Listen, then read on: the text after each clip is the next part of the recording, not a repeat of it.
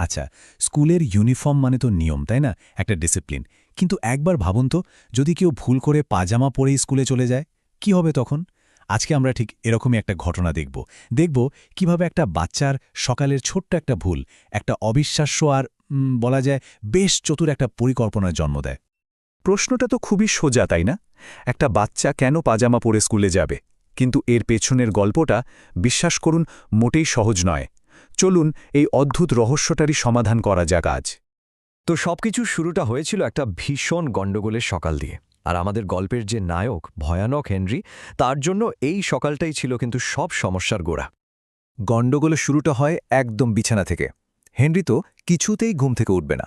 আর তার এই ঘুম ভাঙানোর সব চেষ্টা যখন ব্যর্থ হচ্ছিল, তখনই কিন্তু বাবা মায়ের সাথে একটা সংঘাত আর সময়ের চাপ তৈরি হতে শুরু করে। ব্যাপারটা তখন একদম দেখার মতো হয়ে দাঁড়িয়েছিল। একদিকে বাবা দিচ্ছেন কড়া হুমকি, আর অন্যদিকে মা করছেন নরম অনুরোধ। মানে হেনরিকে বিছানা থেকে তোলার জন্য দুটোই চলছিল একসাথে। আসলে সকালের ওই তাড়াহুড়ো আর আতঙ্ক, ওটাই ছিল মূল কারণ। টাই খুঁজে পাওয়া যাচ্ছে না, কোনো রকমে ব্রেকফাস্ট শেষ করা হচ্ছে। সব মিলিয়ে পরিস্থিতিটা এতটাই নিয়ন্ত্রণের বাইরে চলে গিয়েছিল যে একটা বড় ভুল যে হবে সেটা ছিল শুধু সময়ের অপেক্ষা। আর সেই ভুলের ফলাফল নিয়ে হেনরিকে স্কুলে পৌঁছাতে হলো। আর স্কুলে পৌঁছানোর পরে তার আসল সংকটটা সামনে চলে আসে। সে মুখোমুখি হয় তার প্রথম আর সবচেয়ে বড় চ্যালেঞ্জের, তার সহপাঠীদের। স্কুলে পা রাখতেই যা ভয় করা হচ্ছিল, ঠিক তাই হল। একজন সহপাঠীর ছোট্ট একটা প্রশ্নই ছিল যথেষ্ট।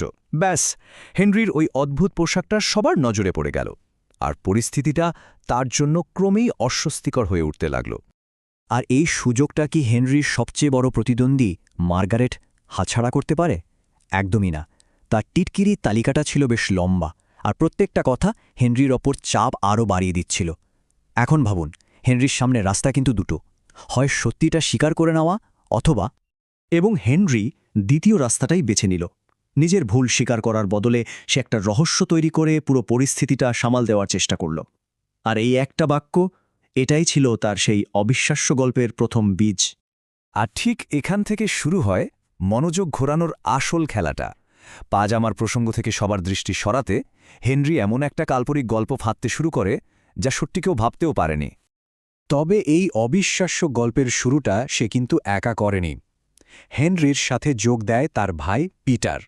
আর তারপর দুই ভাই মিলে এমন একটা গল্প ভাবতে শুরু করে যা আস্তে আস্তে সবার কাছে প্রায় সত্যি বলেই মনে হতে থাকে।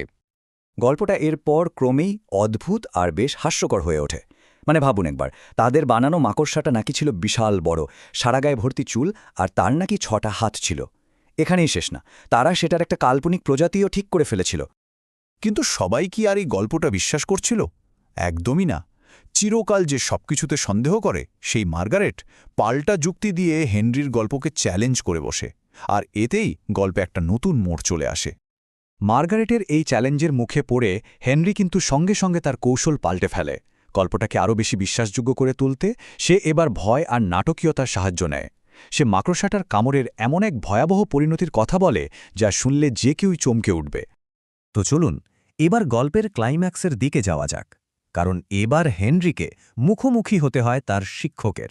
আর এটাই ছিল তার গল্প বলার সবচেয়ে বড় পরীক্ষা।